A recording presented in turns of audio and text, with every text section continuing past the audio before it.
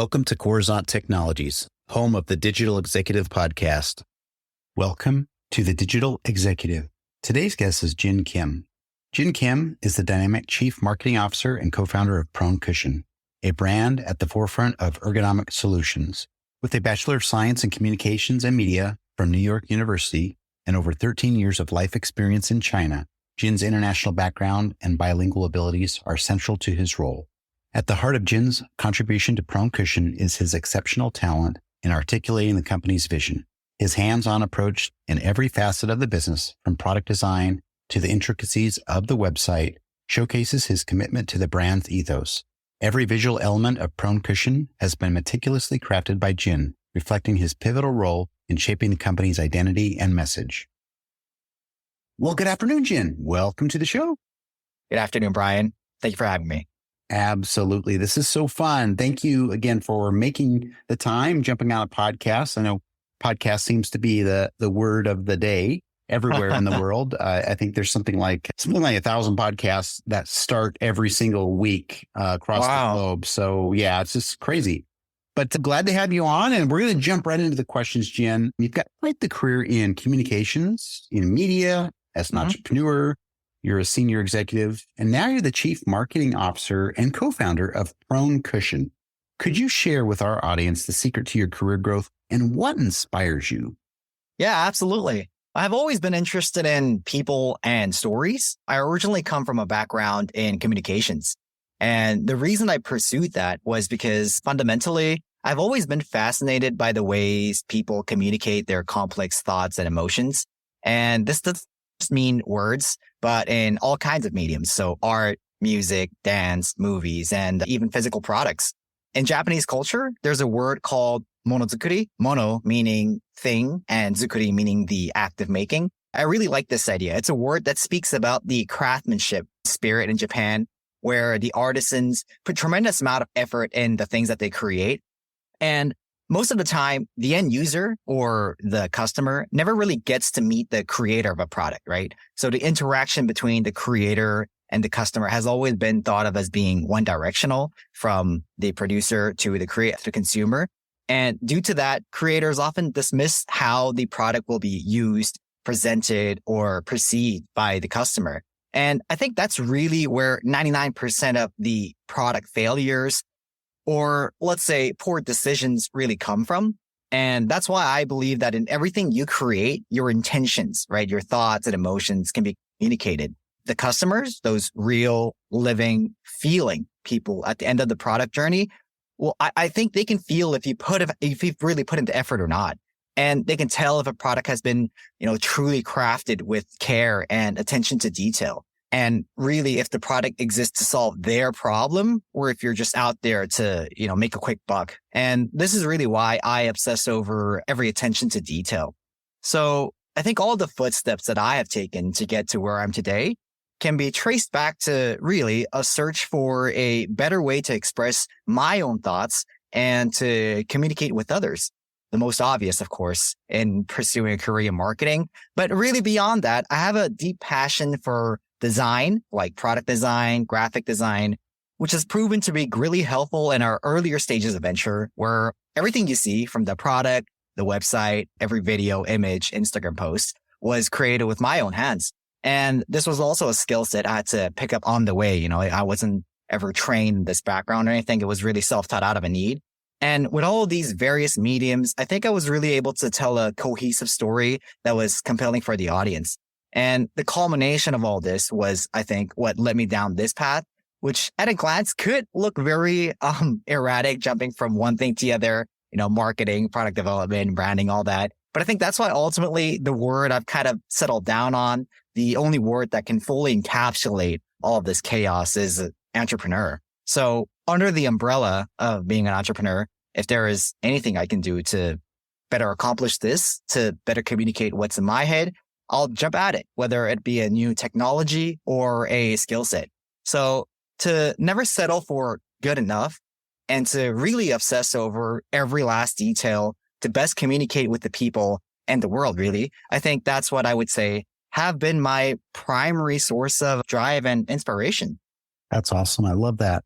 And we have a lot of entrepreneurs on the podcast. And again, the same message comes through, resonates, I think, with just about every podcast is finding that purpose. And, when you do something and you do it fully, you do it right the first time, as you were mentioning, the quality people can see whether you've really put the effort in makes a huge difference. And at the end of the day, you can actually sleep at night knowing that you have made somebody's life better and actually fulfilled or found that purpose in your life. So thank you. Jin, in your view, I'd like to ask in this next question, how has the landscape of digital storytelling evolved in recent years? And what role does it play in effective marketing today?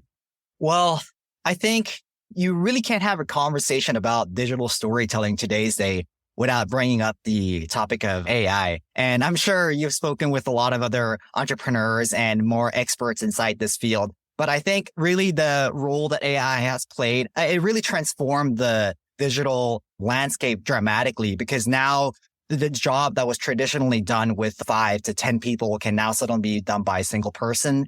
And the amount of breadth or the breadth that you can go to has become so wide, so that for a single individual to be able to take advantage of these technologies, they can accomplish just so much more.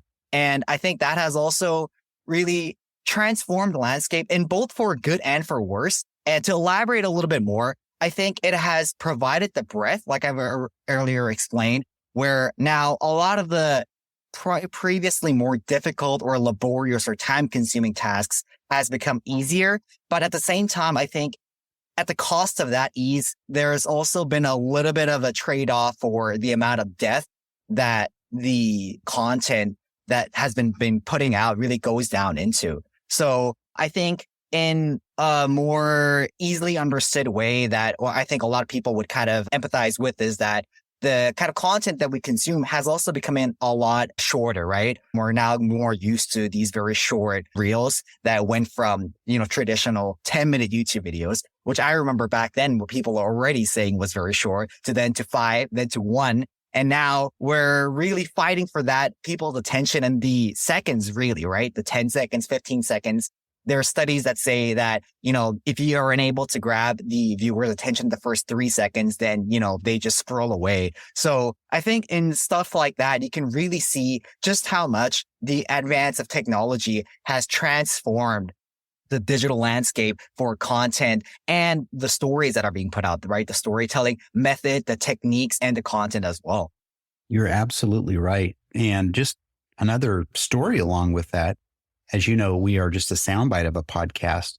And that, again, grew out 3 years ago because of the lack of attention span, if you want to call it that, from people that want something quick in sound bites. And so this podcast has been successful for that reason. So thank you. I appreciate sharing that. And Jin, could you discuss some of your most innovative or successful campaigns you've led at Prone Cushion?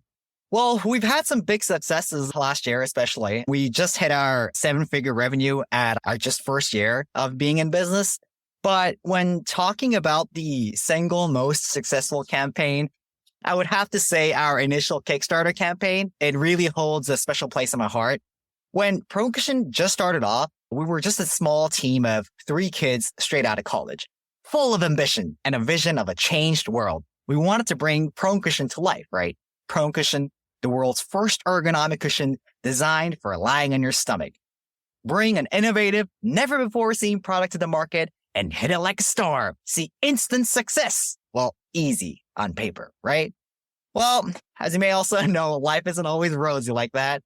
To create a product and to bring it to market requires a tremendous amount of time, effort, and most importantly, money. And that's exactly what we didn't have. Well, so how do you solve this problem, right? Just fresh out of college with no skills, know-hows, connections, or capital. How do you bring your vision to life? That's where we turn to Kickstarter, a crowdfunding platform for innovative product like ours. It's a place where you can showcase your vision, and believers of that idea, backers, can put down money to fund the stream together, And we launched our campaign at May of 2022 after an extensive period of preparations, of going through a series of pre-launch, main launch campaign, setting up a landing page to collect emails and whatnot. And through laborious procedure, we finally launched our Kickstarter campaign on May of 2022, and it lasted for 50 days.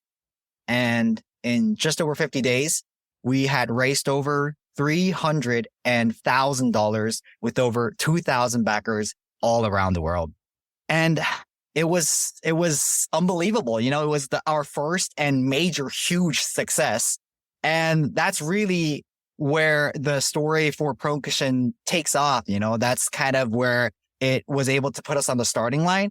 And of course, the story doesn't end there, right? After the Kickstarter campaign, we still had mountains over mountains of obstacles we had to overcome to get to where we are today. Production hell, logistic issues, shipping, just goes on and on and on. And for anyone who's in the entrepreneurial game as well, I'm sure they'll agree. But the gig just never seems to be over, New problem and new challenges always appear. But I guess that's really the fun part of it. But looking back, it was our first and again, major success that we were able to see. And it was this fund that really got everything started. This was what was able to get us through the initial, the production stage, the pre-production stage to get the goods, right? Pay for all the goods to be shipped over here and fulfill all our orders to our very thankful backers who believed and saw the same vision that we did. And with that, we were able to come out of the crowdfunding stage and launch our product through our own main website at promocushion.com. And the story has just been the ball really has been snowballing from there on. And like I said earlier at the start of this question, just last year, we started our product we really launched our main product through our website at the start of January of 2022. We've only really just recently started, finished one full cycle of one full year in this business, but we were already able to do a 7-figure sale, which I know was not very easy and it was very difficult. But yeah, with looking back and if I had to pinpoint the specific one incident or success that was able to get us to where we are today, it just has to be that Kickstarter campaign. So I would say definitely that one. I love it. And the name of that platform, Kickstarter, just resonates with your story, right? It really kickstarting this project, which was a huge success. And I'm so excited to hear it. And I can tell in your voice, Jin, the way you're excited, the enthusiasm, that you're on fire. And I understand businesses come with challenges, but I appreciate the share and continued success on that particular front. And Jin, last question of the day. We are a tech podcast and platform, and we'd like to ask every guest, regardless if you're a technologist, if you're leveraging any of that new or emerging tech in your business. And if not, maybe there's a cool tool or app you found you could share with us. Yeah. Well, personally, I'm a huge tech enthusiast myself, personally, and I like to utilize and bring it to business as well. So it really is more difficult to try to think of a place where tech is not involved. So everywhere from the product all the way to the marketing, everywhere I utilize tech and I always is in the process to try to explore for new products that can streamline the process for us. A lot of people don't notice. And I think it's something that can be quite easily overlooked due to the nature of product. The Prone Cushion being a cushion designed for lying on your stomach, we currently are using high quality, state-of-the-art premium memory foam, right? And a lot of people kind of have this false belief, or I would say a distorted idea that memory foam, everything's not, just the same. That's actually not quite accurate.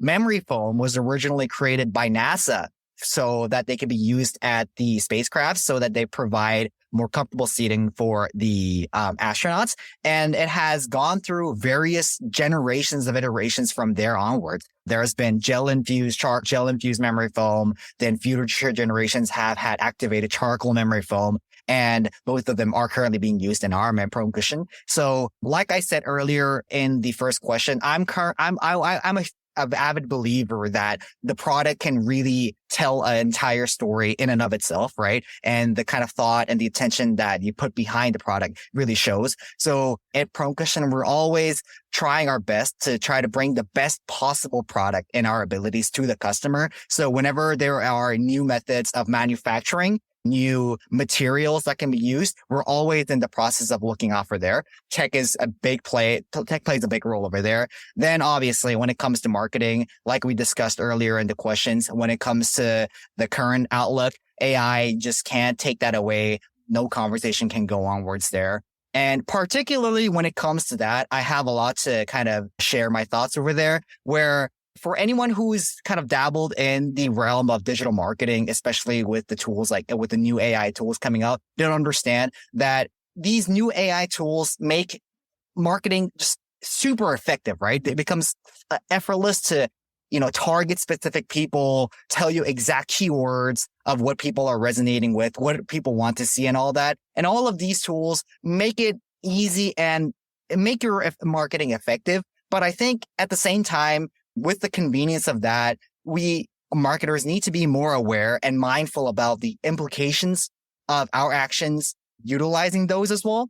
And a quote I like to use is from the movie Jurassic Park, where there's a quote that says, the scientists, they were so concerned about whether they didn't stop to think about whether they should. And I think because of how new AI is, we're kind of faced in a very similar situation where these incredible AI tools, like if for anyone who dabbled with it, they'll understand, it's unbelievable of just how much data that they process and provide you, right? The amount of detail that you can go down into targeting, where it can be shown, what keywords, down to the every last frame. It's unbelievable. But at the same time, I personally have a fear of those kind of immense powers being misused at the same time, where you can target very marginalized people. You can target people who are very highly susceptible to certain messages. And all of those, I think, need to be viewed through a lens of moral and ethical implications as well. So I think it's great that technology has transformed the outlook, again, for us, especially for all the way from the product to our presence on the digital landscape. But at the same time, I think it is also our duty, really, and responsibility to think about how our actions utilizing these tech can also affect people. And once again, out there with really living, feeling real people out there as well. Thank you. And you're right on that, Jin. We need to proceed and embrace the technology, but at the same time, as things get really advanced, especially as we step into this fourth industrial revolution and we have AI at the forefront, we need to be, again, very cautious as we move forward and being very ethical and holding to some sort of standard. So I appreciate your insights on that. And Jin, it's been such a pleasure having you on today, and I look forward to speaking with you real soon. Pleasure's all mine. Thank you so much, Brian. Bye for now.